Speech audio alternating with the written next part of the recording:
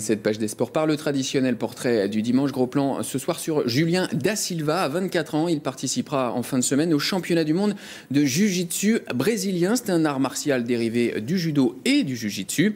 Objectif du Cognaçais, remporter une deuxième ceinture mondiale après celle de 2011. Nous l'avons rencontré. Regardez, les images sont signées Julien Delage.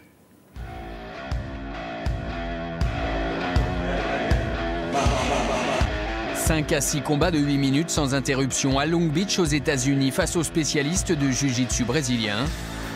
C'est le défi de Julien Da Silva. Le membre de l'Académie Pythagore s'attaque au championnat du monde. Pas de quoi l'impressionner, il connaît le contexte. Vainqueur en 2011 en ceinture violette, le Cognaçais combattra cette fois en ceinture marron, le deuxième plus haut niveau de la discipline. Les adversaires sont plus techniques, ont plus d'expérience aussi. Donc après les championnats du monde, la plupart des gens qui vont là-bas, c'est les compétiteurs. C'est les personnes qui font que ça. Donc qui participent à tout ce qu'il peut y avoir, comme les Europes ou les compétitions dans leur pays, aux États-Unis ou quoi. Donc ça va être... Donc faut s'entraîner pour... Allez encore, bam, allez me chercher. Un entraînement intensif concocté par Michael Delaveau. Semaine de combat, de course à pied, de vélo, de cross-training, adapté au mouvement du jiu-jitsu brésilien.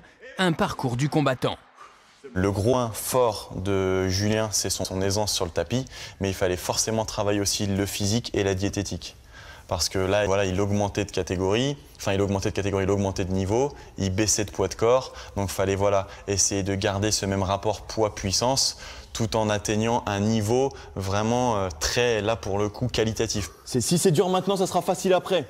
Entraînement difficile, guerre facile. En 2 mois, Julien Da Silva a perdu 6 kilos tout en augmentant sa masse musculaire. Le champion de France est prêt pour le combat. Confiant, oui. Je pense que quand on fait une bonne préparation, ça nous permet d'arriver en compétition confiant. Donc je pense être bien le jour de la compétition. Pour Thalès, son surnom dans l'Académie Pythagore, l'heure de vérité, c'est le 29 mai à Long Beach. Julien Da Silva deviendra peut-être le premier Français champion du monde de jiu-jitsu brésilien en ceinture marron.